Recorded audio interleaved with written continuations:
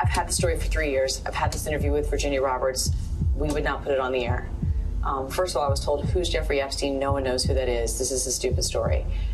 Then the palace found out that we had her whole allegations about Prince Andrew and threatened us a million different ways.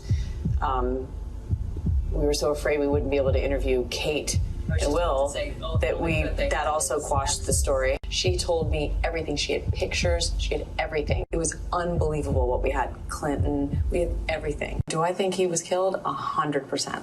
Yes, I do.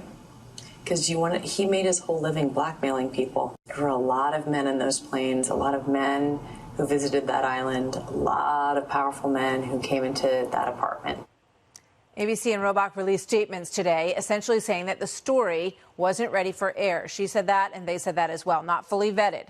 ABC has still not run, all these years later, and he's dead now, the original Robach-Jeffrey interview.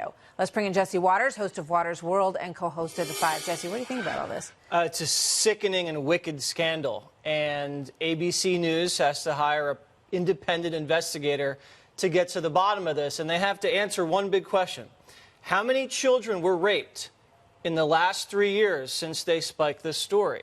Because, as Amy says, she had witnesses, she had victims, she had photographic evidence with a Bill Clinton connection and a British royal family connection.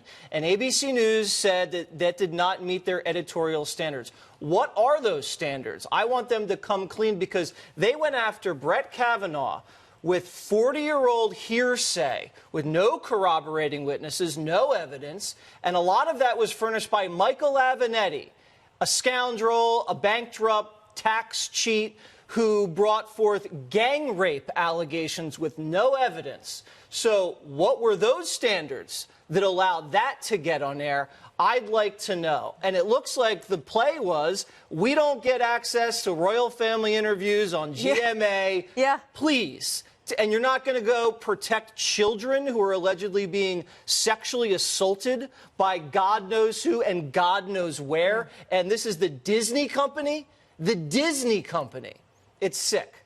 Yeah, I mean, and the suggestion that nobody knew who Jeffrey Epstein was, I mean, I don't know who these people are, right, but Jeffrey Epstein was, linked to many powerful people for years. I mean, he wouldn't be a household name necessarily, but that the executives at ABC in New York City had no idea who he was, I find very difficult to believe. I mean, it also smacks of a lot of similarities of what we saw with the Weinstein story. Right. And I think that these institutions, these corporations need to ask themselves, who are we and what are we when this story comes to us and we don't air it? I mean, Virginia Roberts, that story on what she had alone, the pictures she had of her and her story. How many stories do you see on ABC and NBC and everywhere where it's just, this is her story. This is what she says. You can back it up. You can investigate the other side of the story and say that we can't corroborate this. There's a lot of ways to get at a story like that. And as you rightly point out, none of those hoops were jumped through with the Brett Kavanaugh story. No, and ABC just got in big trouble for putting on fake Syrian war footage. Instead, it was a gun range in Kentucky.